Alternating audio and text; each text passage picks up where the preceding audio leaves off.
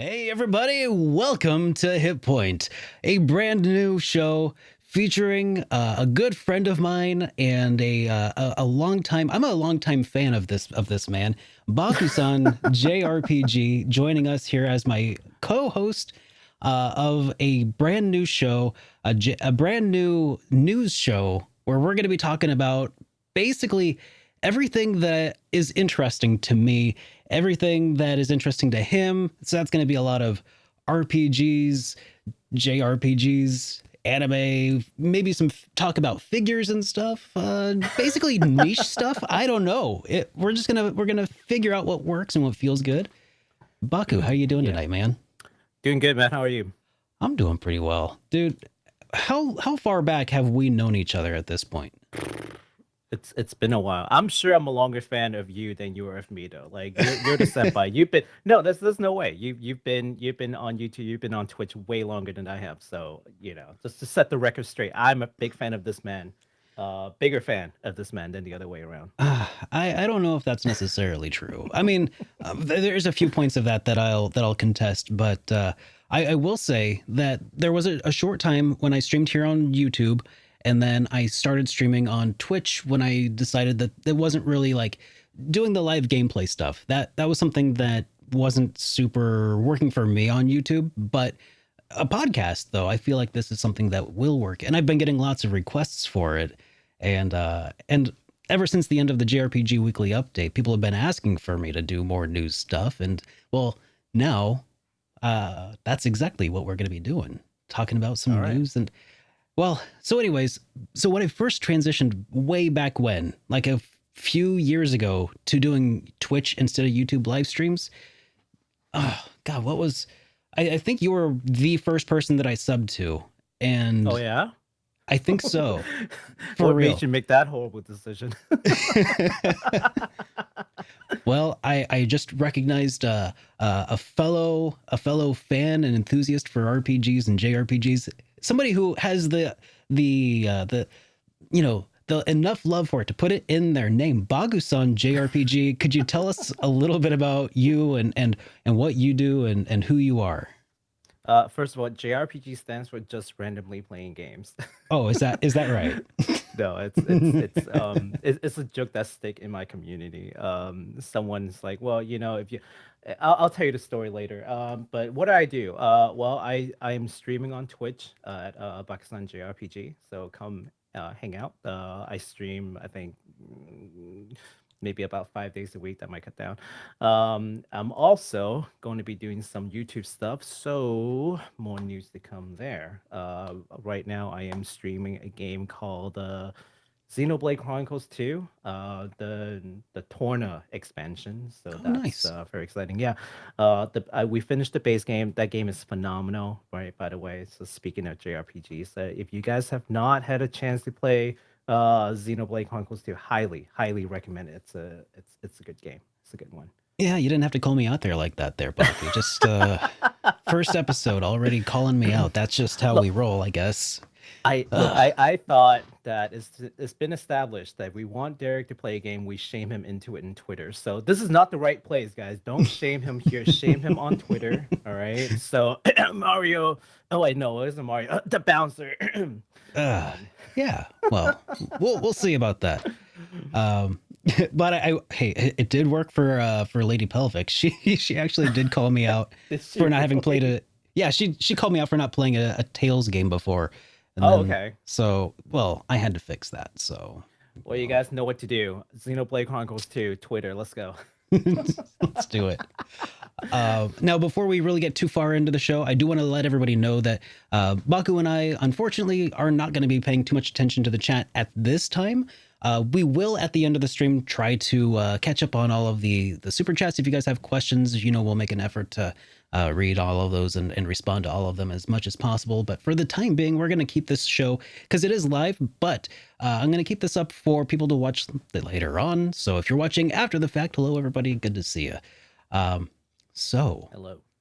top headline for Yes. the day, I think. I don't know. Did you have a top headline that you wanted to tease for the people today? Well, did you know that did you know that there's a East game in the works right now? Is that what you go with? Yes.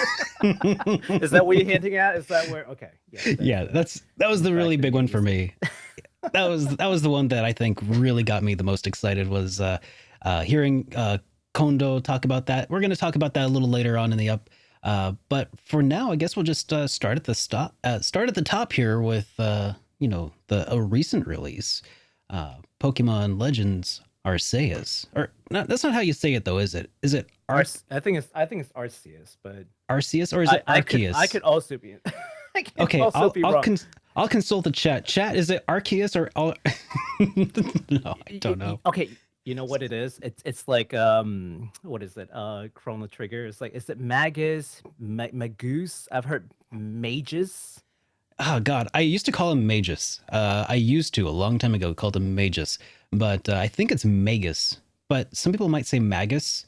I've always said Magus, Yeah, I but don't know. apparently Uh, but I did tell you that, like, okay, so during your playthrough, I did tell you, right? Like the Japanese name. So like they're like, okay, well, what's the Japanese name? Because that's the yeah. game is original Japan. Well, the Japanese name is Mao, which means like Fiend Lord or Demon Lord. So that doesn't help you. So it's completely different. It's No, it's Maho. not even remotely the same. So there is no Japanese name for you to go by to figure out what that should be. So you know So our what? primary source then becomes Woolsey then, right?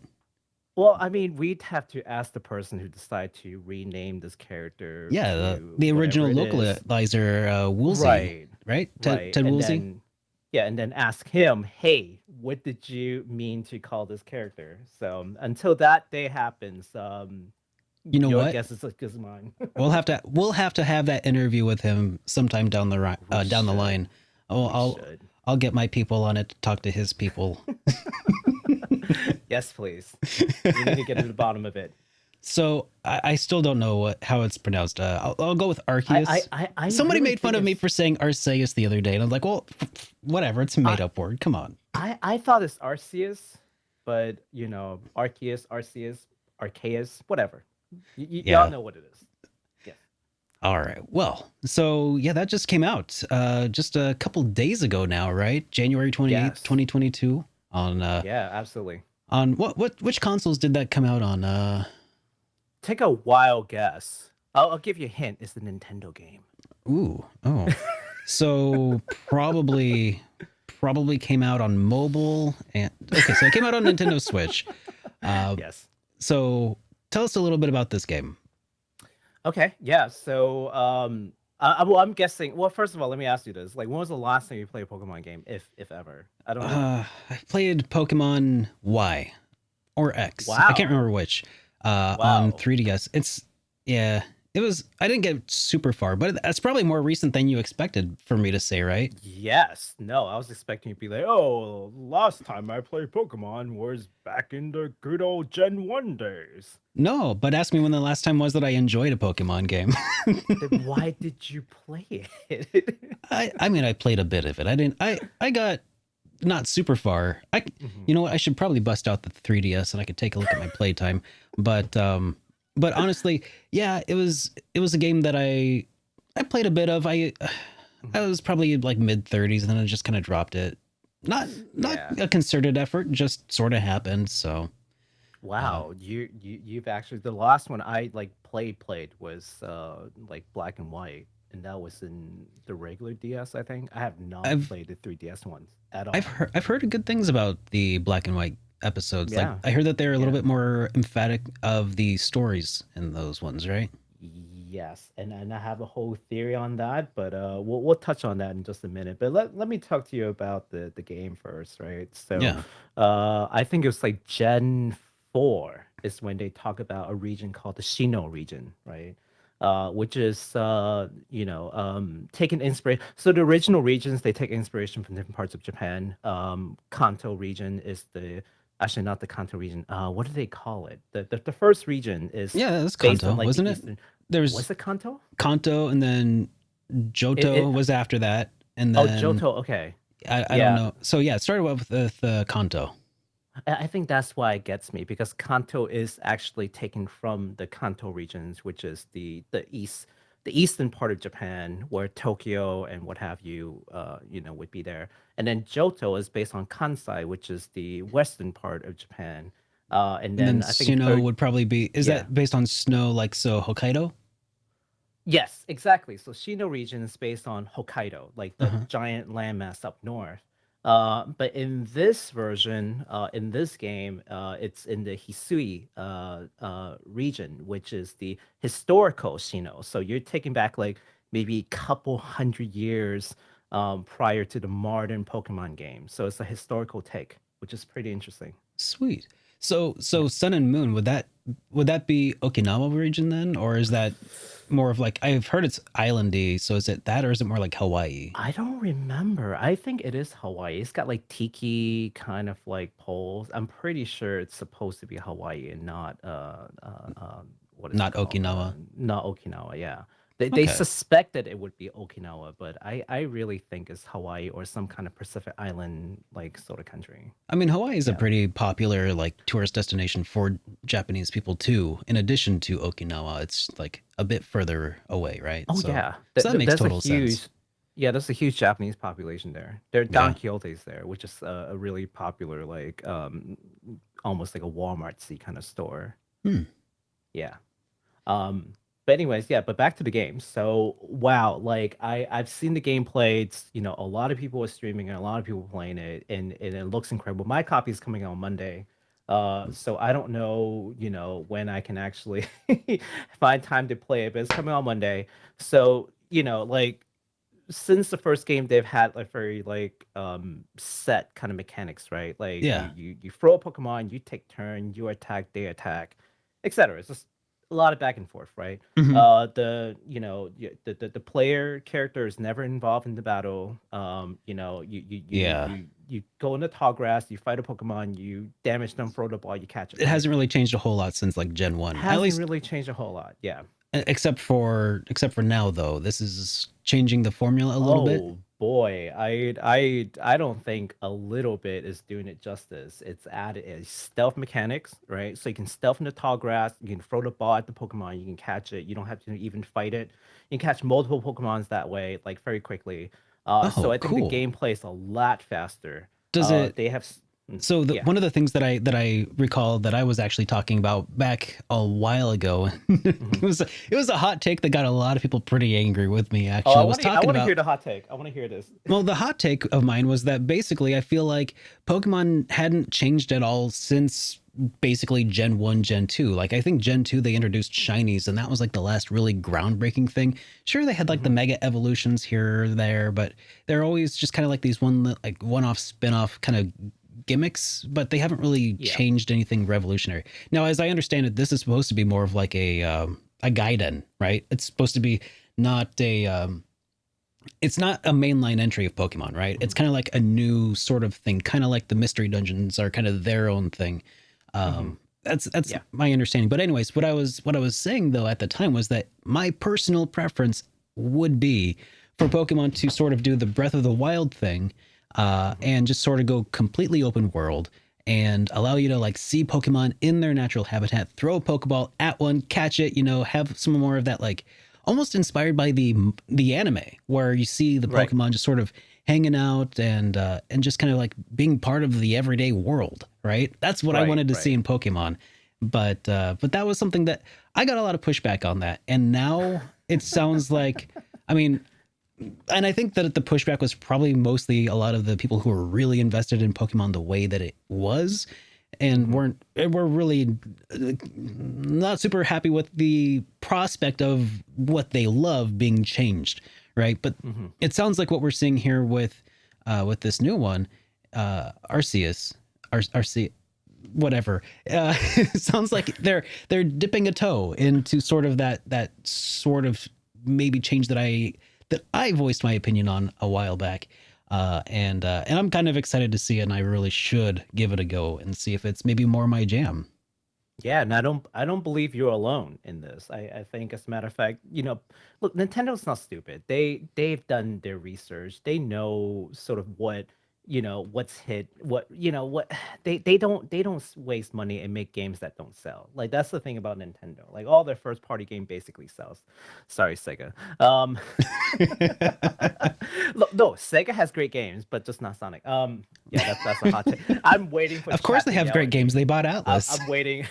I'm waiting for chat to yell at me right now. All the Sonic stars are, hey there.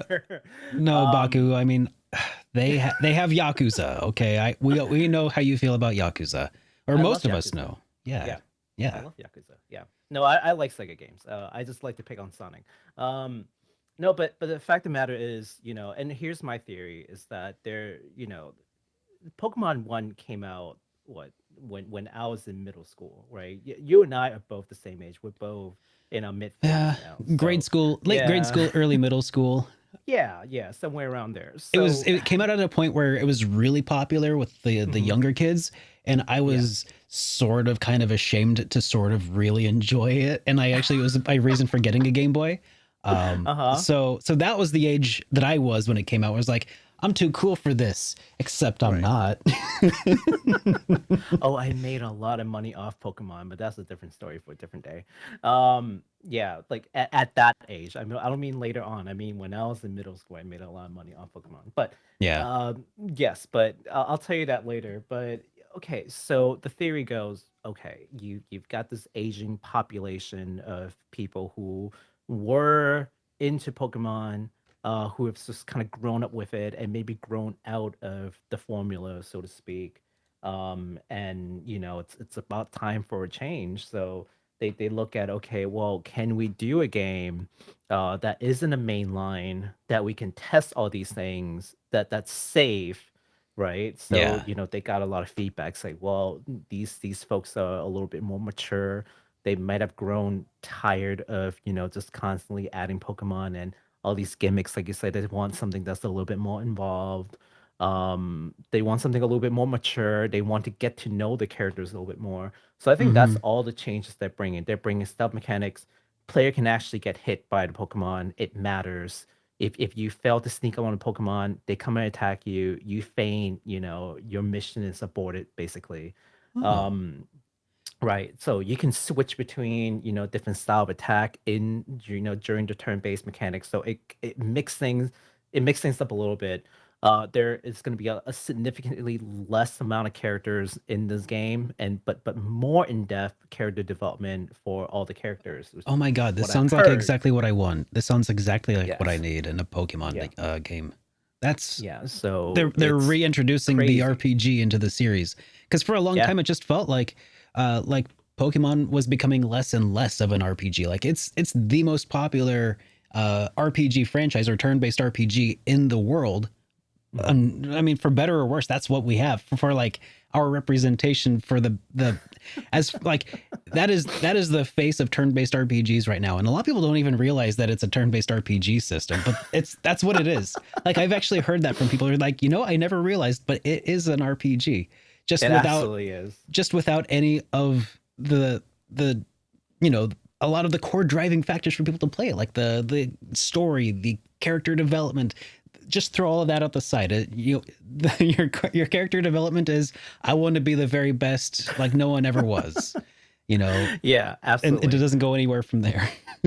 Well, I think that's why Black and White got the praises it got too, because the story was a little bit more mature, and it involved you know things like, is it really right to subjugate Pokemon? Which I don't know how you feel about the storyline, but it I never is. played that, so I have no idea. But it's a Yeah. valid question, because I Hmm. mean, in a way, it's kind of like, I mean, it's a very upbeat thing, but in a way, it's not too far removed from like cockfighting and like Hmm. dogfighting Right. and things that Right. we outlaw because they're very dark. But it's In all in the it's all name fun of and games. research, Like nobody actually dies in Pokemon. they You all know, faint. yeah, they all faint. Hmm. Pokemon don't actually eat other Pokemon. Like Of course not. Spearows and Pidgeys don't actually eat Kakuna and Metapods. No, Absolutely not. They no, just pick on them, they pick on and them until they yeah. faint.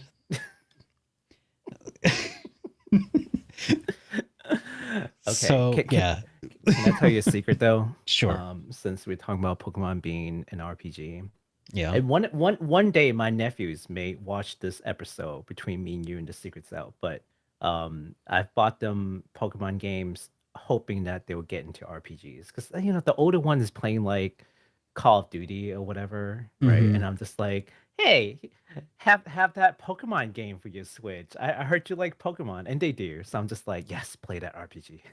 That's how I Yes. sneak that Let the RPG. let the weeb flow through you. Just, oh man, yeah. I mean, that's true though. It's a really great gateway to RPGs. When people are like, "Hey, how do I get somebody started on RPGs?" It's like, I could give you some options, but by far, like the one, like, so Super Mario RPG was one of the very first that was like really like, hey, it's Mario, everybody loves Mario, let's play Mhm. this thing by Square Enix, or Squaresoft rather, and Nintendo, called Super Mario Legend of the Seven Stars. But It was a weird time. yeah, I It feel was like a that weird time. that was an introductory RPG. I mean, that was the Kingdom Hearts before Kingdom Hearts. I was just thinking Kingdom Hearts as soon as you brought up the Super Mario RPG. Yeah, Yeah. so you're right. So that was like the first, like, really everybody can play this because it's really accessible, it's really popular. Well, that has been superseded by Pokemon now. Right. Pokemon is the big thing. So for better or worse, I mean, it's a really great way to get people started, but then you might have, you know, I mean, I guess there'll be water if to borrow a phrase, water if God wills it, right? So Hmm. people will, if you can lead a horse to water, right? You can lead them Hmm. to Pokemon, but you can't necessarily make them explore beyond the boundaries. But it's a good way Right. to get them interested, Yeah. maybe. Just it's a gateway RPG is what it is. Exactly. Start them young. Yeah, absolutely. Start them young. So Um, I'm probably okay. gonna have to take a look at this Oh, you eventually. definitely do. Yeah, absolutely have to. Like I skipped here's the thing, I skipped all the Pokemon, right? I skipped, XY, I skipped Sun and Moon. But this got me excited because they changed the formula. And I'm kind of like you. Like I'm kind of looking for the same thing and I'm hearing about it and it got me excited enough to pre-order it. So, whenever it comes in, I'll take a look. Awesome. Yeah. So, do you want to shift gears a little bit and talk about some upcoming games? Hey. Yeah. Let's All go. right. Let's do it. So, so I wanted to talk a little bit about an upcoming game. It's by an indie RPG company, a Japanese one, with Hmm. some of the original developers behind Summon Night. Some of you Hmm. guys might know about Summon Night. I did a review of Summon Night 6, which is a game that I would not recommend as like an entry point to the series because it's just like it's like playing Super Robot Wars without having watched any mecha. Basically, it's like the big crossover episode, and everybody's like, "Hey, how did you end up in my universe? Hey, you're from a different timeline," and I'm like, "I don't know any of you." But I mean, it was fine, but it's just not a great entry point. Hmm. But there are other games in the series that also came to the West besides Summon Night 5 and 6. We also got Hmm. Swordcraft Story 1 and 2, I think, on Game Boy Advance. Does that sound familiar? Not to Swordcraft, me, no. Swordcraft Story or Swordcraft Sorcery, something like, yeah. Well, anyways, Not to if you, me, only because I don't really play a whole lot of games on handheld. yeah, yeah, me Yeah, I neither. mostly did console or PC. Yeah. See, this is why Baku and I get along because we're both complete shut-ins. We don't go outside.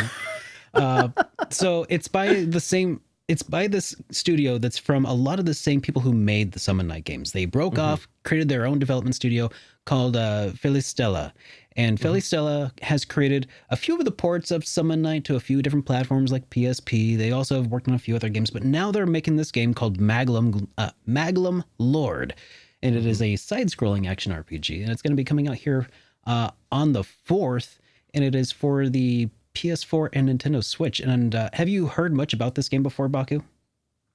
I did some time ago. So when you brought up say, hey, I want to talk about it for today's show, and I'm like, what the heck game is this? And then I thought a little bit more about it. It's like, oh right, no, I totally talked about this game before, but Yeah. uh, I just kind of slipped my radar. So So um, maybe for anybody who's missed it, we can try checking out this trailer together. yeah, absolutely, let's do it. All right, let's check this out. If yeah, here we go. I have no idea if that's too loud or not. Here, I'll just turn that down a smidge.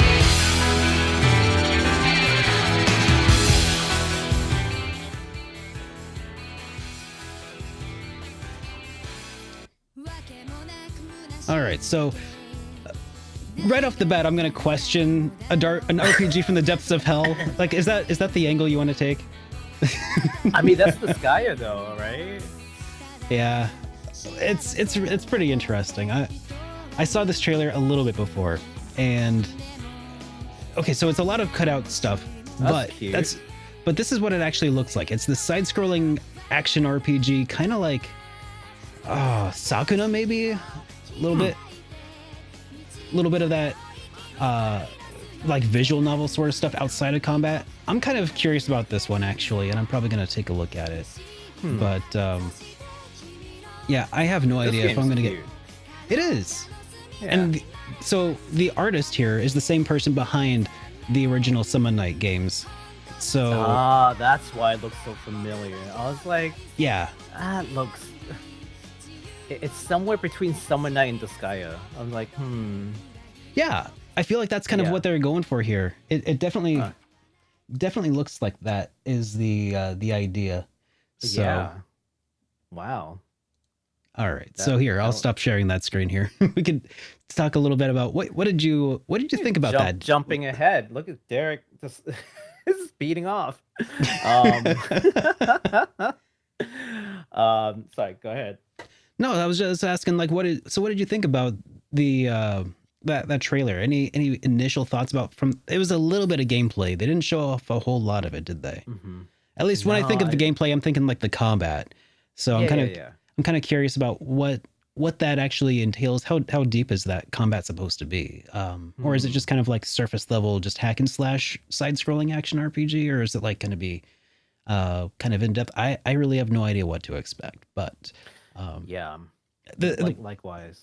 One of the reasons I really wanted to talk about this is because this was, for anybody who used to watch the JRPG Weekly Update, this was one of the last games that I ever covered in any amount of like interest. It was like, oh, here's this thing that seemed kind of interesting. It's on the horizon. You know, it was just announced, and I'll never talk about it again. but now I get to talk about it. Wait, how long ago was that? It was back when I was still doing the JRPG Weekly Update, which was towards the beginning of 2021, I think. Jeez, it's been a whole year, huh? Yeah. I mean, wow. I think the last thing I remember was them talking about maybe a release date at some point. Well, that point has come. So I'm kind of curious about that one. But yeah. But you had another game that we wanted to talk about here, Monarch, a little bit, huh? Yeah, absolutely. Well, I mean, before that, I think the Maglam Lord, is it Maglam Lord? Yeah, Maglam. Uh-huh. I think that game is probably made more for the Switch. I mean, just judging by like the graphical fidelity. You don't think that's going to take full advantage of PS4? I'm surprised it's not. I'm surprised it's not coming out on PS5. I mean, it looks like right. I wonder if it's cross-platform PS5. They probably backported to PS4. That's my guess. Oh my god! You know, they needed that SSD tech. You know, I mean, let's be real. It's an indie RPG, right? It's an indie action RPG, and I'm gonna keep my expectations in check because but I don't know. I'm oddly optimistic about it. It looks pretty interesting. I mean, can you imagine playing it on 4K 120p? Like, just like, wow, this looks great on 4K. All the pixels.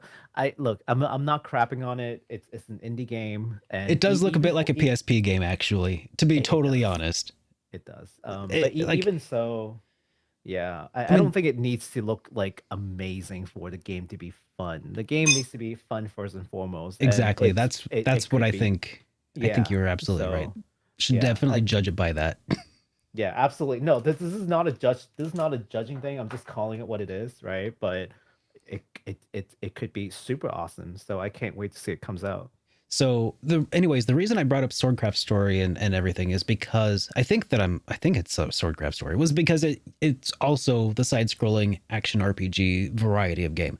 So this Mhm. is sort of like a spiritual successor to those Swordcraft Story titles on Oh, GBA. okay. I So see. it's not really Yeah. because Summon Night itself was much more like strategy Tactical RPG, RPG. tactics based, yeah. Yeah.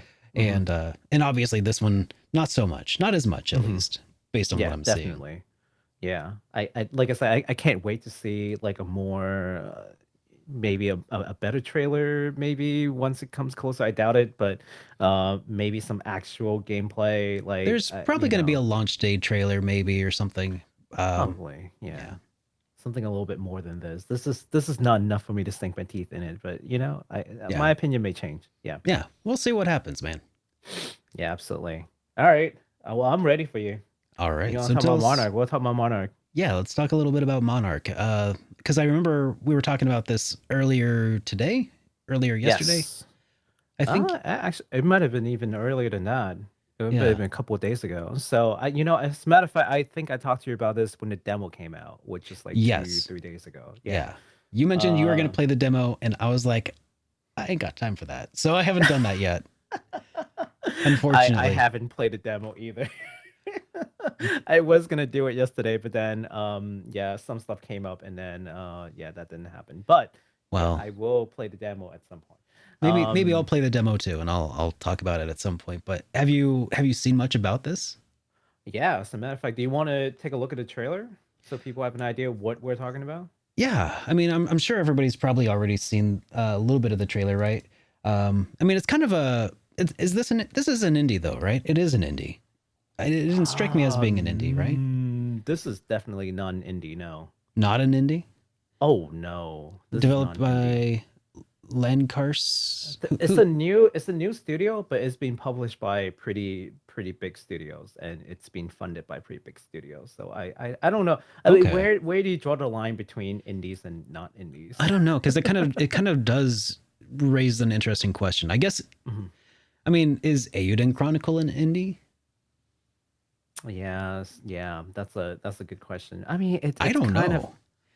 I, yeah. it definitely does blur the line a little bit because I mean Mhm. it's definitely not from a huge development studio though. At least we know that much. Yeah, this is not a triple A title by any means, but it's Yeah. certainly got like industry veterans and large publishers, so not your average indies. All if right. if So I'll see if if we can that, play this. yeah. I'll see if we can play this trailer here, if Okay. it'll allow me to. Uh, uh, Oh no, violence, blood, suggestive themes, language. all right. There we go. Seeing as you I already should know, I should there's no really point like in this hiding song. things any further. Powers from the other world are against the natural So order. this has a lot of like Continue using personnel behind it, right? Oh yeah, Or SMT SMT. rather. Yeah. So the barrier this around probably the breaks. I academy. wonder if the people who are breaking off from Atlas to develop this are just Pact bears a unhappy with the way that She is what we call Persona was going, or like pulling the company maybe, so there's no way to know You how know, they'll behave. that's a good question. or were they good with like Persona 3, but unhappy with the purchase by Sega maybe? Uh, what I can gather is that Oh, what's this? those are the demons I think that you can summon. Oh, okay. So this is another monster trainer demon summoning kind of. Kinda. Because I have not really seen any of this. I still haven't even Oh, seen this trailer. Oh, so is this your first time seeing the game? Yes, Homicidal maniacs. Epidemics. it's So this is definitely a the bit latest darker. trailer. It's definitely a Yeah. bit darker. I mean, a bloody hand is more than I've seen in Persona 5 or SMT 5 so far. But worry not. So long as you remain here. So like the battle system, as you can see, for just that short amount of time, and from what I've seen from the demo at least, I played the demo for all of like 3 minutes, by the way, before I had to turn it off. Um, the battle system is a lot like the Neptunia game or the Fairy Fencer F. I don't know if you've play either of those titles, Derek? I have not. I've got them, but I've never played them. Okay, but I can briefly describe it. So basically, you have like a circle around your character that you can run along the map, and where you place the character sort of matters. So Oh, in that sense, it's that kind of turn-based. Like you get to move okay. your character in your phase, and then you get to pick an action, and you know, um, characters take turn to move and attack. So it's turn-based, It's but turn-based, but it's not grid-based necessarily. it's not grid-based. It's not grid. It's free running. Okay, so it's kind of like. So I was it? Did you say Valkyrie Chronicles before? No, no, no. It's No. the Fairy Fencer F and Neptunia. So they're Okay. both Because I was Compa Heart thinking, games. because I was thinking of like, because when you mentioned moving around on a map and like Mhm. within a defined area, like by your movement speed, that reminded me of Valkyrie Chronicles demo that I played. Yes, A little bit like that kind of tactical, but yes, but probably less things that has to do with like their environment, less strategy in that sense, and more just like here's like a small battle stage. Like you imagine like I don't know, Trails in the Sky. You know how you get into a combat, you oh, have like a like small little arena that you can move around. Breath of Fire, Dragon Uh-huh. Quarter. Yes. Yes. Okay. Yes. Yes. That. Yes. I mean, Thank that's you. We probably finally not the one found that's going to get something everybody that- excited, but I mean, then it was like, I'm out. No, that's no. fine. I think chat's going crazy. Like Breath of Fire. Does someone say Breath of Fire? There is no new Breath of Fire game, guys. Chill. That's Ugh. not. Sorry. I don't. That's not happening. Not that I don't Man. want it to happen, but I'm just realistic. Okay, yeah. So Monarch is like that, and it's made by a whole bunch of former SMT developers. So you were saying like, hey, were they not happy with Persona? I Yeah. don't know what's the case. There's no news on that, but what I can tell you is that they've changed a lot of things. So they've gotten rid of, obviously there's no, from my understanding anyways, and I may be wrong, okay, but I think they got rid of like time, because Persona is Oh. so like, oh well, yeah, you got to do this Yeah. action, you got to do this action The by the whole one. calendar system. Oh God, that's so. It's so crippling because it's like, what do I want to do? I want to do all the things, but Mhm. unless you follow some guide to min max your character, you're gonna miss everything, and it just Drives me stresses. crazy. It used to make me quit the games. Honestly, I Mhm. used to restart because I'd be trying to follow the guide, but then the guide would be slightly wrong or it'd be slightly off, and I couldn't figure out what they meant to do that certain day. And then the whole schedule fell to pieces afterwards, and I was like, no, I can't play Persona. And then I Yeah. decided that I was just going to play it just straight through and just Mhm. naturally. And I enjoyed it a lot more. But the calendar system was something that I had to stop worrying about before I could really enjoy Yeah. Persona, I think. Yeah, some games like Persona, for me at least, I have to change my mindset in order for it to work out. Otherwise, I wouldn't have survived P3. I would have dropped it. But yeah, but I'm like you. I'm like going crazy. It's like, wait, I'm not min maxing. It's like, wait, what's going on? Hey, how come I can't do this anymore? Oh shoot, I missed a certain day. I Yeah. gave up. I'm like, I'm just gonna play it and just like try to enjoy the story. So, yeah, but we made it through. But I believe that they've gotten rid of that. It is not just turn-based like a Persona game. You do get to move around the field. It does matter where you place your characters.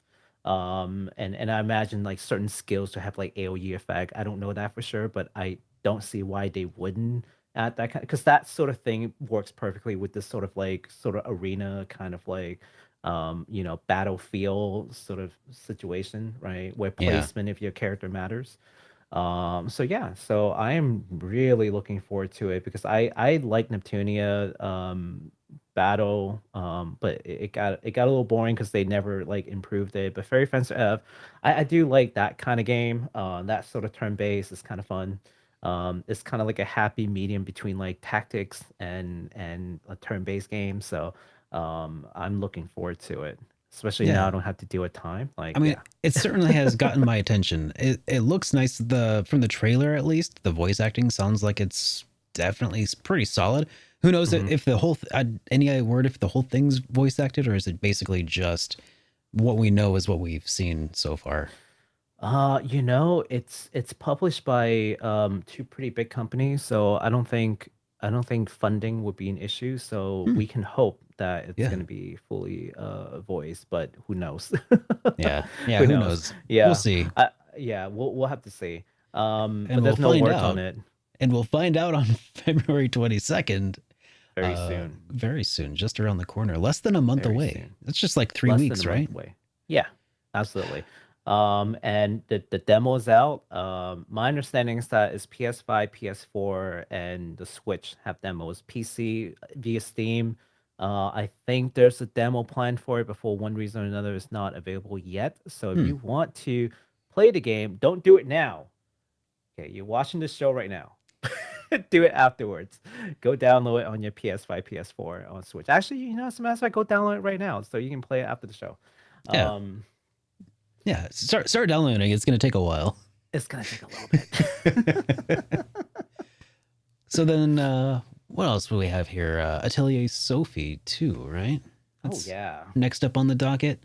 Am I just So, bringing up all these games that you either have not played or you have not heard about? I mean, I know of some of them that are coming up, but Atelier Mhm. Sophie too. So I've never played an Atelier game, but I saw that you have. You've played one, right? Yeah, I did. I played more than one. I played some in the back, way back, like on the like PS2 era, but that was a while back. Like of the modern games, I've only played one of them. And this one's supposed Yeah. to be, or rather, the Atelier series in general is usually pretty laid back, pretty chill stuff, where it's just sort of a crafting, little bit of grinding, but it's not like the way I understand it, you're not like ever trying to save the world. Like the stakes are never like super high, right? It depends on the game, but typically speaking, yes. There was like one or two entries where the stake was a little bit higher, story gets a little darker, but Hmm. for the most part, yes. For the most part, it's pretty much about personal growth. It's more about like living as part of this world, and not being like the hero, right? There's not Yeah. a whole lot of world-changing events that's gonna happen. But in that sense, it's realistic. So, Yeah. and some That people sounds pretty enjoy that. nice. And Yeah. it's kind of like a comfort food for a lot of people, right? Oh, absolutely. People eat this thing up. Just people love it. When we were talking about having to switch perspective to play a game, I think Persona was one. The Atelier series was another one for me where I had to have like a major shift in how I play a game, especially an RPG game. Like I think that I'm a pretty big veteran at this point. It's like, oh yeah, I played it all. I know what I'm doing. Yeah. I didn't know what El Tele was doing to me. That like I fell asleep the first time. I swear I fell asleep playing the game. I fell On asleep because I stream was so or on stream. did you seriously fall asleep on I stream? fell asleep on stream. Like, I dozed off for like a second. I didn't go like full on like snoring. Like I dozed off for a second. Everyone saw it, and I'm like, okay, you know what, guys? I think I'm pretty tired, so I'm just gonna like call it. But like, truthfully, I was bored to sleep. But that's not me putting this game down because and I've beaten this game twice. Just to give you an idea, right? Just Yeah. just to prove that You this really game did is enjoy it. Yeah. yeah, no, this game is not boring. It's just the way that I was going about the game was not what I was used to. So as soon as I changed my expectation, then all of a sudden the game was extremely enjoyable. It's not trying to be that thing like a Final Fantasy game where like, oh no, there's a meteor crashing down and you're the only person who can save this world. Yeah. It's nothing like that. It's you're just a small town alchemist, and you're just trying to live your dream, and you're just trying to be a better person than you were, and you just grow and you watch this person grow, and it's very comfortable. Hmm. So it's a completely different experience. That sounds actually pretty relaxing and probably, I don't know. The idea of it sounds really interesting to me, but Mhm. I might go into it expecting this and still Mhm. need to check my expectations, Like I You might may. need, yeah. It sounds You might. interesting though. I'm kind of excited. So this is a Uh, sequel though. This one we're talking about, Sophie 2 is, well, based on the number 2, this is a direct sequel, right? it is a direct sequel. The way Atelier games work usually, and they're breaking out this formula now, is they'll come up with like 1, 2, or 3 games in a trilogy, and then they'll move on to a different world, and then they'll do a trilogy. This time around, they're doing a direct sequel with the same main character, right? So Yeah. I guess just for anyone who does not know, this is called the Mysterious Trilogy, where you have Sophie, and then the second game is called Fierce, and the third game is called like Lydia and Suel, and they're all out already, right? You can Hmm. get them today on Steam. As a matter of fact, all 3 in a pack.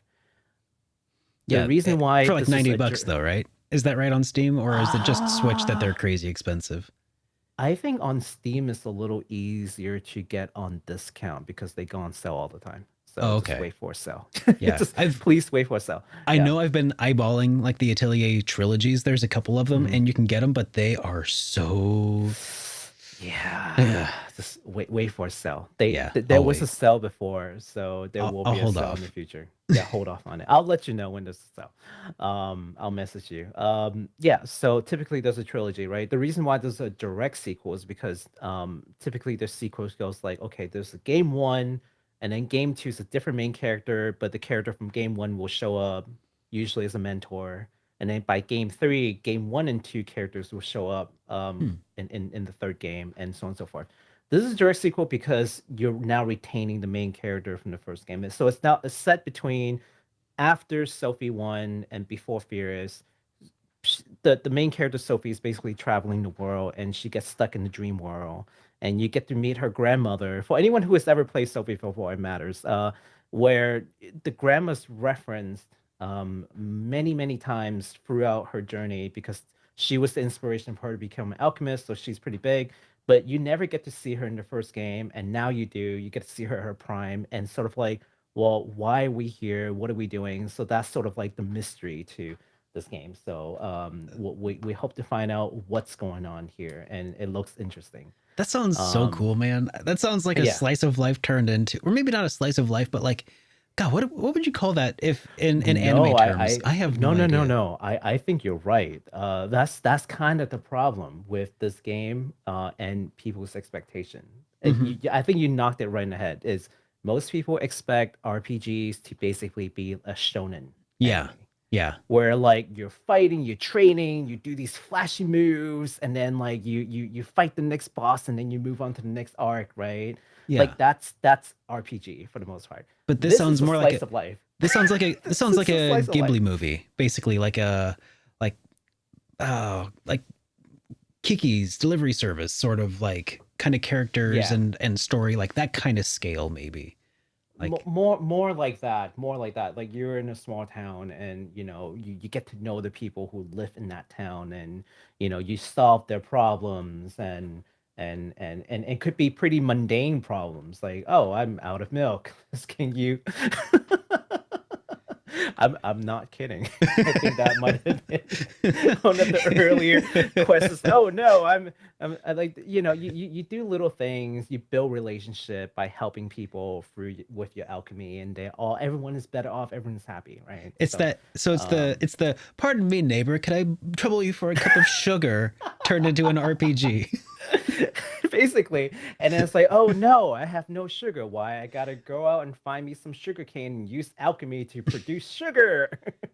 Like, well, that's some high quality sugar you've made. Oh, you're a great alchemist. Until tomorrow. I kind of love it. Um, I kind of love it. you know what? I think that's probably the best analogy I've heard about the Atelier games. It is a slice of life RPG. That's what it is. That is so It cool. is. You know what Yeah. else is a slice of life RPG? Mhm.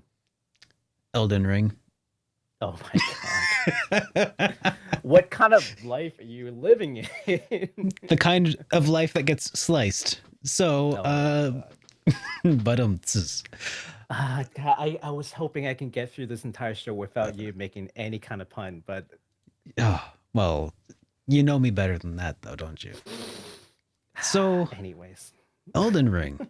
This one, Yes. this one's coming around. Oh, so Atelier Sophie 2. That's coming out on February 25th, by the way. Yes. PS4 and Switch and PC. But Elden Ring, this is also just around the corner, and this one's coming from Software. Yes. And I in fact, this is coming out the same day as Atelier Sophie 2. It's February 25th. So big day for this RPG one, fans. Yeah. oh yeah, no, these next 2 months, as you guys will see, will be very busy for all of us. Yeah, so this is from software. If anyone who does not know what's from software is, it's your Soul-S game, Dark Souls, Bloodborne, Sekiro, those games. So Yeah. extremely difficult, extremely challenging, very rewarding games. Expects you to memorize bosses' movements, known to basically not cut any slack. Hmm. And But when you die, it's the your own fault, right? That's oh, that's what absolutely. that's the thing that I love about the Dark Souls games. I have only reviewed one of them, but Dark Hmm. Souls 1 was my absolute jam. And Oh yeah. yeah, I got good. And then I played through 2 and I was gonna review it, but then I didn't keep the footage and something it fell through in the end. Hmm. But that was one of my very favorite genres for a while. I couldn't really get into Bloodborne though. I tried it, but the pace was off for me. I was much more of Mm. the slow, methodic, defensive sort. Uh, I you know, see. yeah. So that Yeah. was kind of more my jam. But it looks like this one's actually going to be kind of similar to that, if what I've seen is to be believed. And I don't think that would lead me astray. Uh, Hmm. so this one's actually in collaboration though with George R. Martin, right? Yes, and I think that's a pretty notable thing that for anyone who does not know, George R. R. Martin, He wrote that Game of HBO Thrones, show, right? a certain HBO show. um, I already said it, didn't I? I did. I ruined the joke. But yeah, so I think, and it's not hard to see. I think they're really trying to appease more global fans instead of having a very Japanese. Yeah, I won't say Japanese oriented, but like I think they realize that they want to make a game, because the developers are Japanese. As much as they try to, sort of Westernize a lot of things, there's a certain limitation to their own experience, Hmm. right? Yeah. So I think they've enlisted help from Mr. Martin because he's just an amazing writer in the dark sort of fantasy genre. So extremely exciting to see how this collaboration would go. I don't know if it's very publicized that this is a collaboration, but that's absolutely the case. I He's remember provided a I lot of remember it was material for it. pretty well advertised during the announcement. Like I think that was like one of the headlines when they were like showing off the title and George Mhm. R. Martin from software, and that's all they showed at like the very first like teaser from E3 several years ago. So I do remember that much. It was definitely part of the initial hype train for this. Mhm. So but yeah, besides just obviously uh, besides my memeing about him making the YouTube or the HBO show, no, he wrote several books, A Song of Fire and Ice, which Mhm. apparently has not yet been wrapped up, but then that was adapted by other people to the TV show. And Mhm. but yeah, George R. R. Martin, prolific writer at this point. A lot of people would say. I've not read any of his stuff yet, so I Mhm. can't really attest to that. Um, but his involvement is pretty interesting. I imagine Yeah, that a lot of absolutely. Japan probably, I mean, a lot of Japanese people don't probably have as much access to a lot of modern fantasy writing Mhm. from the West, because that has to go through all sorts of translation processes, and by the Mhm. time they Yeah. get it might be sort of a different beast than what we get. Um, Yeah, absolutely. Absolutely. Just a lot of things gets lost in translation. So, you're not gonna get the full experience unless you like really read it in the original language. Unfortunately, that's not always possible, right? yeah. But I think this is gonna be pretty interesting because you've got a game that's, just you got a game series, I want to say, from the folks who made that game series. It's gonna follow certain things in that formula that people love, and it's tried and true, like the whole SOS sort of game. And then you've got, this, incredible writer providing, background assets and material, and when you combine them together, I think it's gonna be great. I don't know if I'm like overselling this thing, but man, I I can't. I'm super stoked. And I think a lot of people are. Yeah, I do feel like that's one of the things about the Souls series that is probably hard for some people to get into, is that a lot of the story that it does tell is very it's very much like told in pieces of things that you have to like go search for and piece together and read item descriptions. I don't know if that's going to change with this or not, but if it does, I mean, having a more narrative driven story, a more story driven game rather, would probably be pretty interesting. It'd be a way to draw in more interest than just, because a lot of people might be turned off by the fact that it doesn't tell you a story. It just drops you into a world that's been crafted, right? And you are to discover the story yourself. I think it's a little it's a little dual edge, right? Because some people actually prefer it to have the story told that way. Yeah. They like to, they like to get little bits and pieces of rich text from everywhere and just nibble on them. Yeah. It's So kind of reminds me of the difference between like showing versus telling, and also like, but that also really gets in the way of accessibility. Like Pokemon is definitely never going to just like put you into a world and be like, all right, go figure it out, kids. You'll figure out the type weaknesses as you go. It's fine. Oh my God. Like, I mean, no, nobody's. Yeah. Pokemon as the big accessible RPG, like, is very polar opposite in a lot of ways to the Souls games, and I don't know, not for better or worse, but I think that this might make it more accessible to more casual fans who might lead them into the Souls, Souls like fandom. introduction kind of. Yeah, I mean, this is not, just to be clear, this is not a Soul game, but not that per se. style of gameplay, absolutely. A lot of people find that very intimidating, I think is the word. And hopefully, but they have said that you should expect the game to have very similar difficulty as Dark Souls and Bloodborne. Don't expect them to make this game easier. The story might be easier to understand, maybe, but the gameplay will still be get good or you die situation. So, which is, I think is great, because that's one of my gripes with the East game, is that they've made it too easy. But that's a different story for a different day. Yeah. All right. Well, speaking of different stories, I love your transitions. Go ahead. Triangle Strategy is an upcoming game that's also on our list of stuff to talk about. That it's just another game that I didn't get to talk about because we haven't been doing the JRPG Weekly Update. But man, they announced this game a while back. Was it announced at E3 a couple years ago now? Believe so. It's been a while. Like it's kind of fallen off my radar and on and off again. A couple of times. So Triangle Strategy. This one's coming out in March now, so early March 4th. So actually still fairly soon. I mean, like a little bit more than a month. Okay, so the background to this is kind of the spiritual successor to Final Fantasy Tactics and Tactics Ogre, for all the folks who are just like waiting for a new FFT to come out and waiting, for Tactics Ogre, like, bless you, but that's not happening. I'm one of those people. Why would that not happen? What do you think? Why would that not happen? Tactics Ogre? I mean, the original company's basically dissolved. I mean, it's basically non-existent. So you're talking about making a game with none of the originators. So I didn't know that the company dissolved. So that's why I'm asking. Like, and I'm guessing there's a lot of other people who might only be casually familiar who might not know that too. Yeah. So Final Fantasy Tactics, there's a good chance for that to happen, but Tactics Ogre, I don't think that's gonna happen. I think if this takes off, they'll probably stick to the Triangle Strategy games. Like, if they'd probably turn to this, making this a series rather than reviving an old series. Maybe. I think so.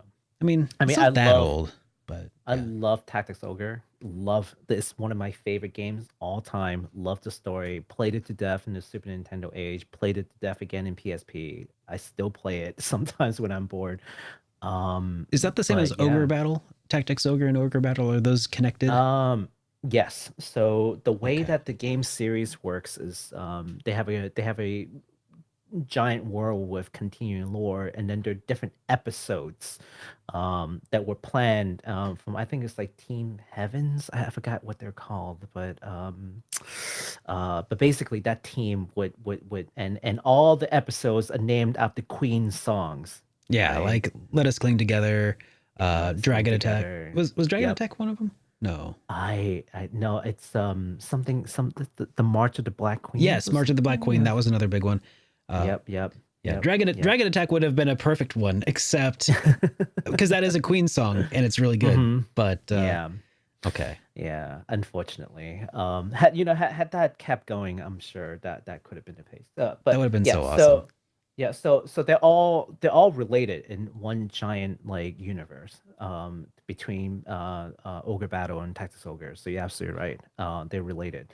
Tactics Ogre, in particular, if you ask a lot of like old tactical sort of RPG fan, a lot of them, Tactics Ogre is sort of like the Chrono Trigger of tactical RPG.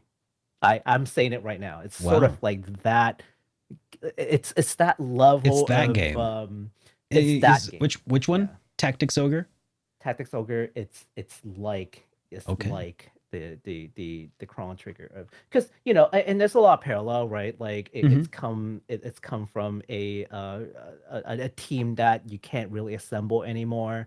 It's from the Super Nintendo age, is widely acclaimed to be the best of its kind, and continues to have these elements about it that's just unsurpassed even today. Wow. So it's sort of like lived through like the test of times. Like, yes, this Okay. still is a good game, Yeah, that even in tracks. Okay. 2021. Yeah.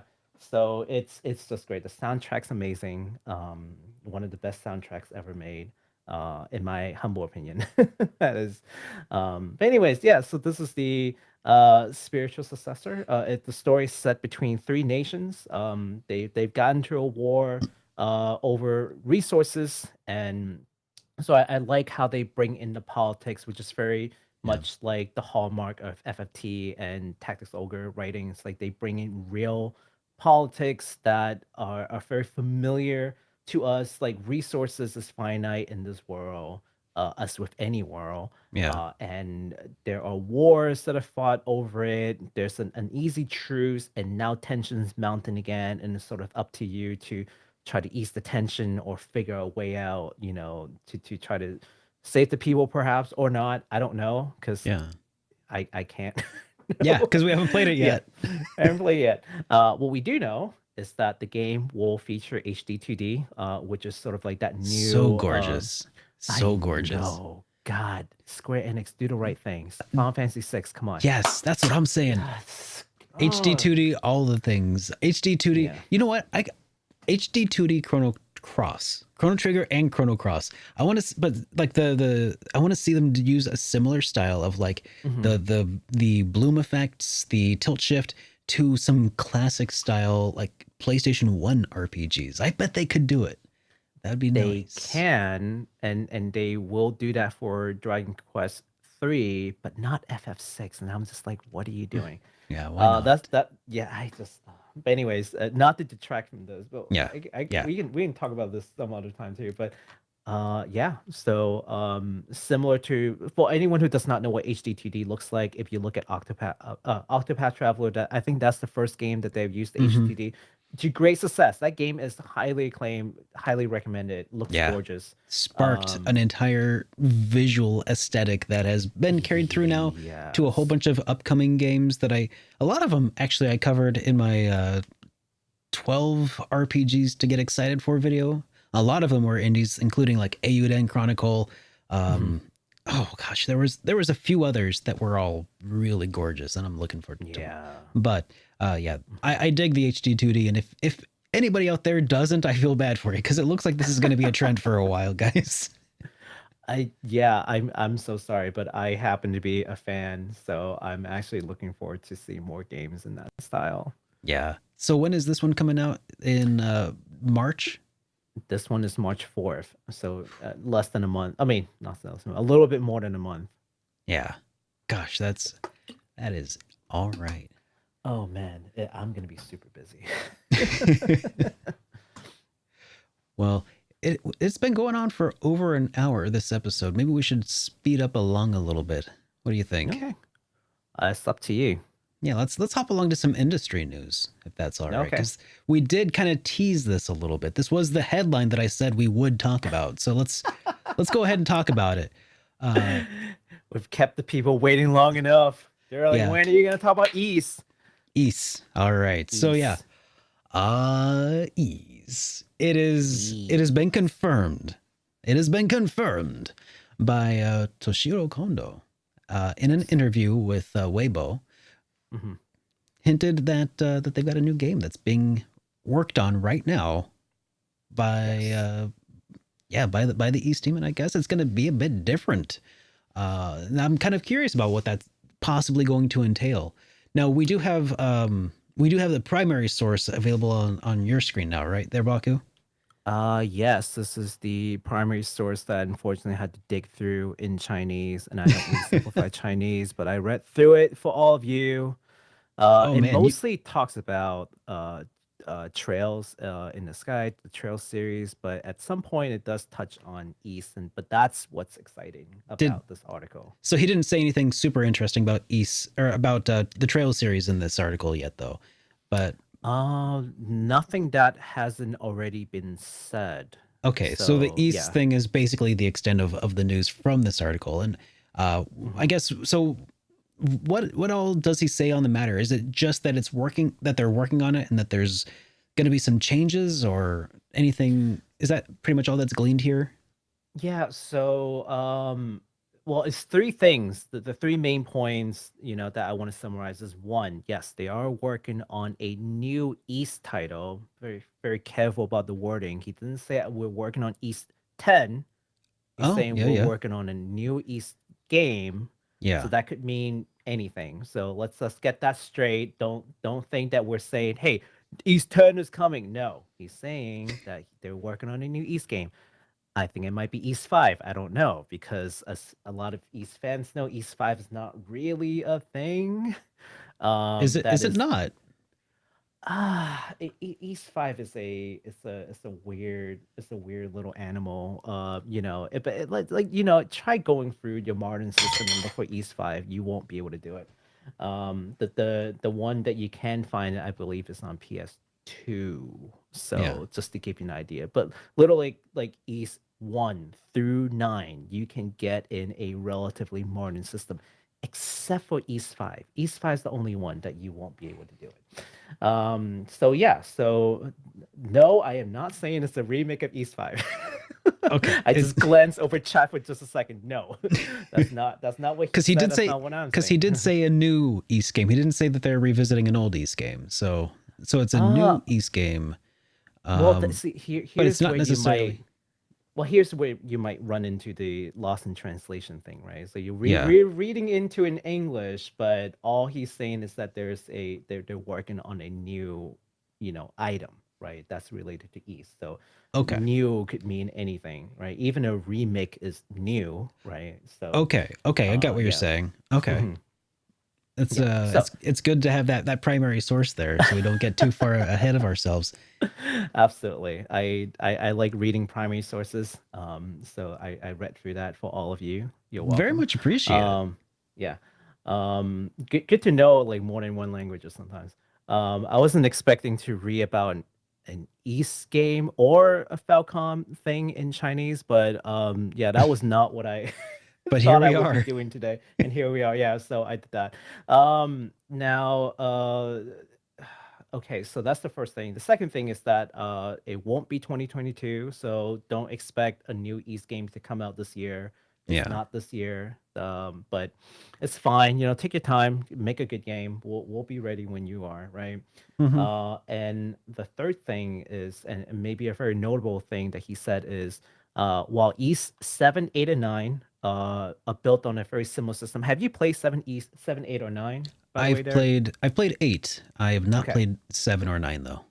So I think what he means, and this is my interpretation of it, is that I think what he means is that I play 7, I play a little bit of 8, I haven't played 9, is that you've kind of got this like party system where like in the previous game, you basically just control Ado, but then Yeah. in the newer game, they're like this whole party. You can entourage that alternate follow. between them. Yeah, you can It's switch characters. kind of like 7, like Final Fantasy 7 remake, where you can just, hit a button and then you're a different character, and then Yeah, like that. But he's saying that while E7, 8, and 9 have a very similar system, this game is going to be completely different. So expect something different from 9, which is the most recent game.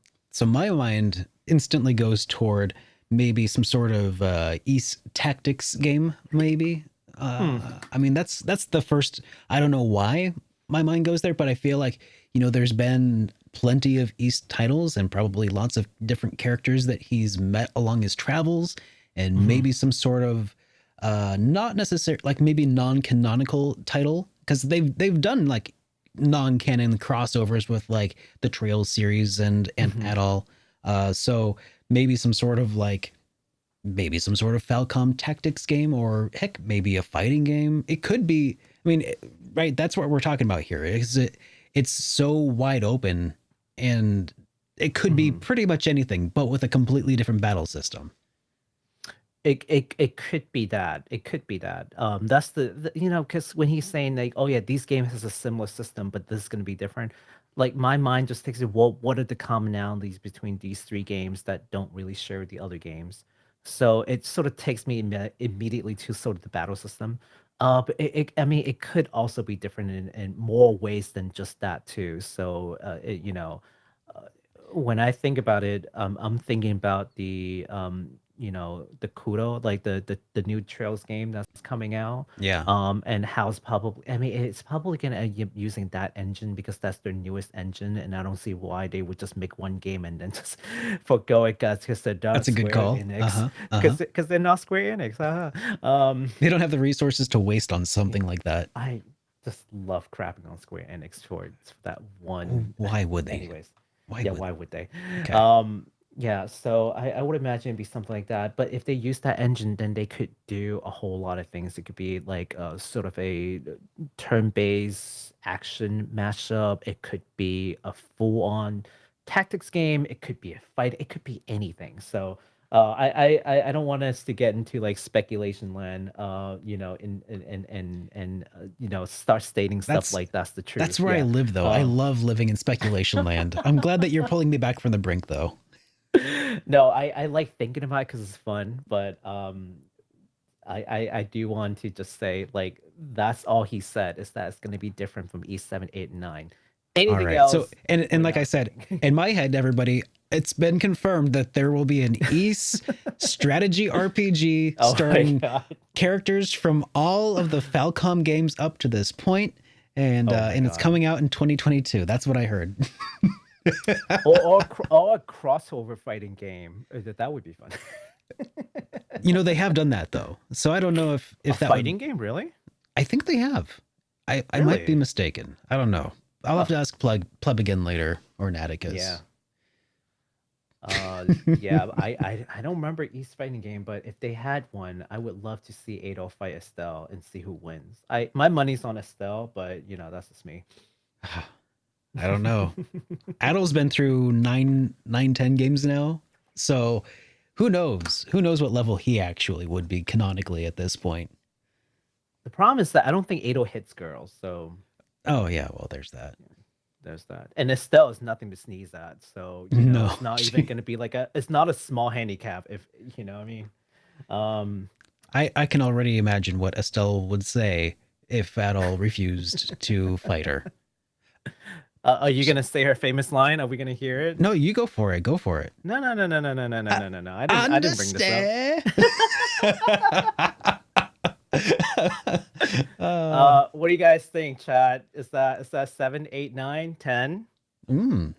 Yeah, 10 out of 10 is what.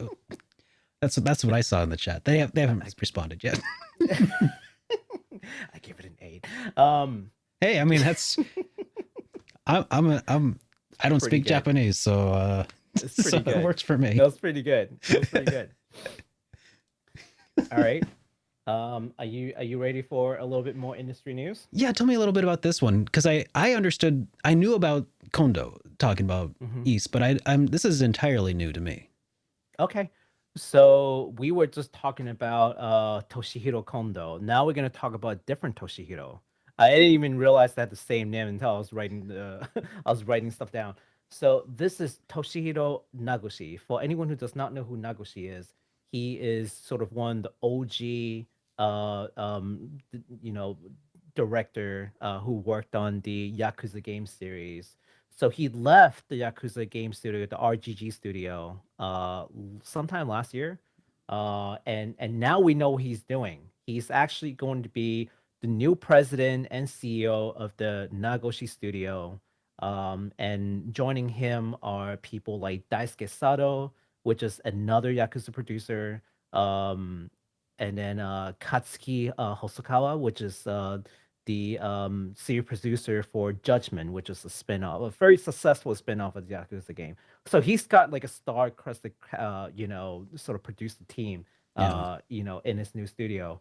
And so his main reason for leaving, according to an interview, anyhow, which I can pull up, is that if for anyone who wants to go through and read the Japanese, I've done that for you. You're welcome. Um, um, yeah. So his whole thing is, look, big game studio has these limitations. They have schedules that set out years ahead. He just wants more freedom to make games that aren't necessarily tied to a long, growth strategy, right? Mm-hmm. Yeah. So that's his reason for going independent, according to the interview. And leaving a So company like this is in Japan, that's a pretty big deal, right? I mean, it's a pretty big deal, but it's a pretty big deal. But I think the game industry in Japan is one of those odd unicorn where this is not that rare. okay. In the Interesting. grander, yeah, in the greater like work culture in Japan, it's pretty strange. Like most people will work all the way until they retire and get their pension. Yeah. In the game development world, though, not so strange. I mean, you have people like a lot of musicians would just quit and just go Yeah. independent. Mitsuda. Sakaguchi himself has left and formed his own studio, so it's Mm-hmm. not unheard of. It's not weird. And oftentimes, even after they go independent, they are still consulting for whatever company they worked with Yeah. previously. So, Yeah. Like Mitsuda still worked for Square for a while too. yeah, yeah, yeah. Yeah. Providing that they have no bad blood, right? Yeah. you know, And the one of the like musicians Sakaguchi. behind and more recently one of the musicians behind Atlas also broke Yes. away and may, I mean, he's gone independent, so they may still be Hmm. doing, you know, additional Yeah. work in the future. But this is he's gone off to kind of start his own thing here with the Nagoshi. Yes. Yes. So hopefully it's not on bad terms and does not appear to be on bad terms. Yeah. But just according to his interview, according to his reasoning, is that he just wants to do something that is not so constricting, Yeah. and then we can totally understand that. Yeah. And he's actually, well, here's the thing that's interesting, and I'll leave it at this point, is that this new company will actually be funded by NetEase. And for anyone who does not know what NetEase is the largest tech company, second only to Tencent in China. So this Oh. is a very well funded endeavor. This is not a tiny little studio that he's funding out of his own pocket. This is a pretty big Yeah. investment with a pretty big backer. He's gone to More work for notably, the Amazon of China, sorta. Like a really big megacorp. maybe more like Netflix, but Okay, like still very, big very large and big successful. deal. Yeah, big deal. uh, but I think that the thing that a lot of people find a little interesting is that it is not he's not being backed by a Japanese company. So some people question, well, are they going to restrict his freedom to make games? Of course, he says no, but we'll see. Yeah. Well, Yeah, that's very interesting. And so he's going yeah. to be working from within China, I guess, or is he just receiving funding? I mean, I guess Mhm. he's probably just going to be receiving funding and still work from within Japan with the It's studio the in latter, Japan. I would Yeah. imagine. Yeah, Yeah. but only time can tell. What kind of product does he create? And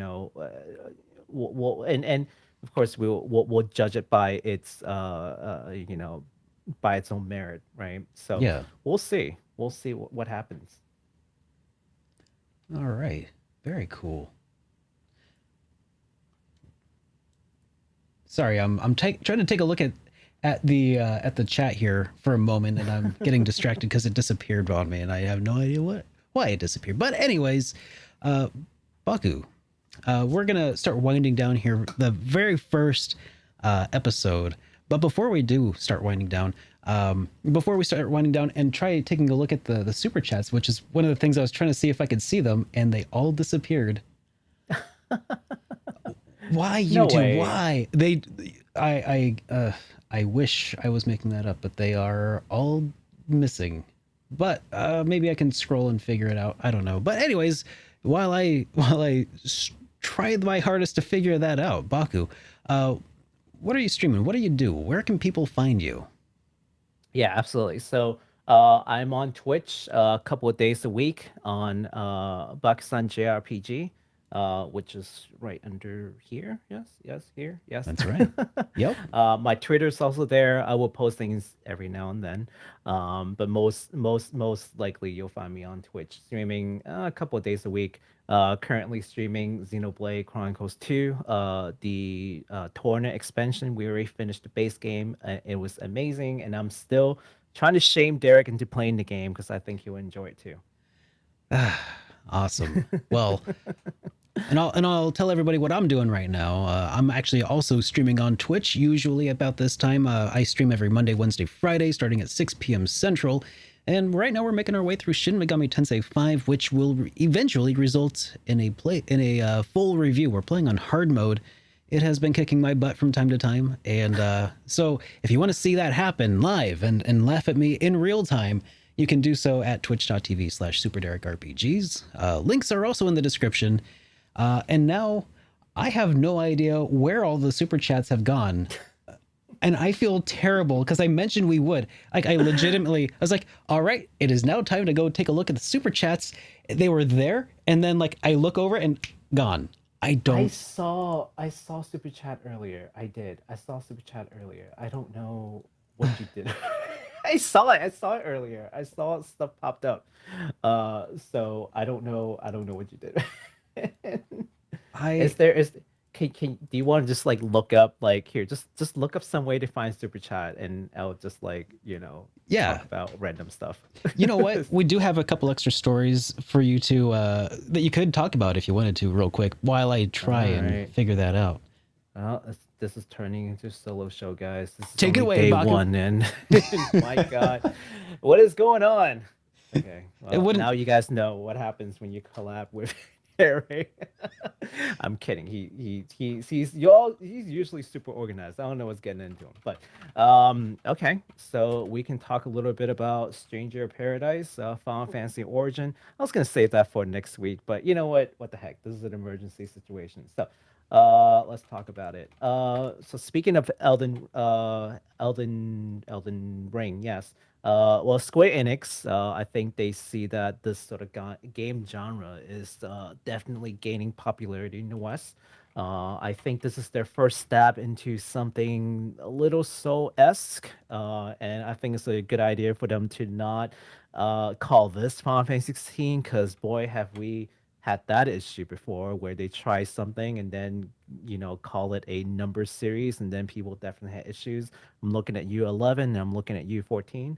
But yeah, but this is Stranger of Paradise, Final Fantasy Origin. You see what they did there? Stranger of Paradise, that's sort of like the spin-off, and then Final Fantasy Origin, that's like tagged on, just so you know it's related to Final Fantasy.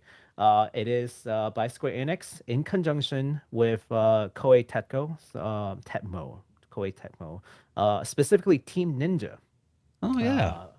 Yeah, so for anyone who does not know, Team Ninja are the folks who worked on like Ninja Gaiden.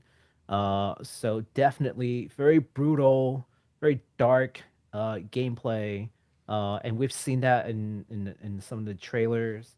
And Seems like it's going to be pretty chaotic, yeah, absolutely. And people were wondering Just like, well, so is this much gonna be chaos. So much chaos. so much chaos? God, I just realized what you did there. I just I hate you so much. Yes. I got him. Yeah, so much chaos. Yeah, so from what we do know, there will be multiple classes, at least 9 of them. 3 basic classes, 3 more advanced classes, and 3 even more advanced classes. None of which are more powerful than another. It's more about just like maybe flashiness and more advanced usage to build up your like repertoire of moves, right? But you can switch into different classes on the fly, as we've seen demonstrated in some of the trailers. Pretty neat, I gotta say. I think a lot of folks were worried about it being like another Final Fantasy 15 situation, but I think that this is going to be a full-on action game. Yeah. It's going to be more akin to a Dark Soul game, more akin to Sekiro, and maybe more importantly, oh, what is that game that they made from Koei Tecmo? God, Describe it. it's like no, it's like a Dark Souls game. Oh my God, it just left me for a second. But yeah, but they have made basically their own competitor like Soul-esque game, and it's being Sekiro? no, Sekiro is from Software, which is the Oh. Souls guys. Oh, Yeah. is it the other one that's kind of like that? Yeah. It's like samurai. I just can't remember for the life of me. But Ugh, the Team Ninja is also yeah. responsible for that game. So that's gonna be a lot of elements from that game going into this, and a lot of like Neo. Final Fantasy elements that you might be Neo. There you go. Yeah. So there's some Final Fantasy elements into it. So it's gonna be pretty cool. I think I was a little dismissive of the game. I'm not gonna lie. At the beginning, I was. I still make fun of it every now and then. After seeing that initial trailer, but it's starting to shape up. Gotta say, it's starting to shape up. So I'm excited to see it. The game will be released in March 18th on PS4, PS5, all the Xboxes, and PCs. So basically, all the modern stuff except for the Switch, because we all know the Switch can't handle this one. Um, All okay, right. All can right. you see So the super chat? I can. Okay. So we'll start with this most recent one since it is very topical for what you're talking about. It's from Tarvold's Mhm. Quest, Hello. who says, I have a theory about the 5 Warriors of Light. I believe that they will be the 5 bats in Garland Castle, the missing Sky Warriors. Love the new show. Well, thank you so much, Tarvold. So he thinks Thank that you. the 5 Warriors of Light will be the 5 bats in Garland's castle. Now that's something that unfortunately goes over my head because I never played the original Final Fantasy. But that's that sounds pretty interesting to me. What do you think there, Baku? Have you played? Okay, so I thought that it is the 4 Warriors of Light I thought plus so too, Jack. but he says 5 in all caps. 5 Warriors of Light. I Hmm. I hmm. Can we play the trailer? Because Yeah. the trailer sets it. So if you watch the trailer, I'm pretty sure it says 4, but Yeah, let me find that trailer real quick.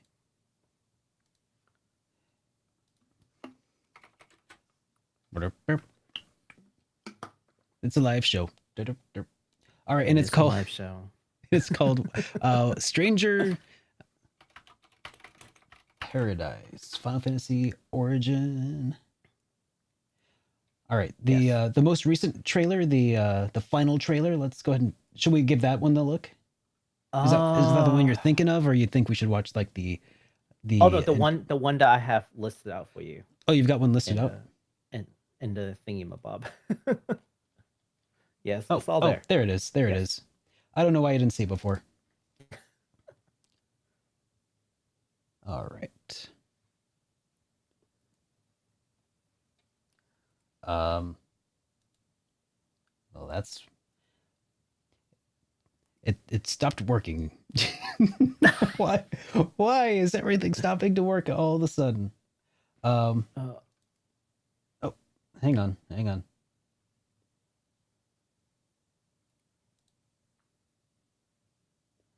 Maybe. Yep, it wants me to install an extension now. Ah, shoot. Okay. Yeah, that's very strange because it's doing that to me too now. So, I don't really need to watch it. So if you want to just go ahead and Okay. Well, yeah, I don't need to watch it. all right. I'll pull this up here and then I'll share.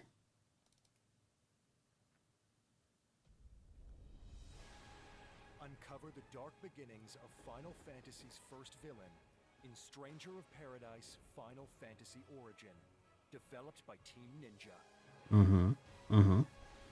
Let's prepare for the battles ahead by starting with the basics. Play as Jack, a warrior and a man on a mission. Together with his companions Jed, Ash, Neon, and Sophia, That's 5. That's 5 people, but it will say something along the lines of, when the 4 warriors of light. Okay. Just listen for it. Listen for the announce of the narrator. Yeah. Deplete an enemy's break gauge and use Soul Burst to stop them dead in their tracks, shattering the crystallized enemy into oblivion. That does look pretty cool. When the hordes Right? of darkness start to overwhelm you, Yeah, I think it's gotten a lot better looking since use your soul shield since to the first defend against trailer. enemy attacks and turn the tides of battle by stealing their spells and using them as your own.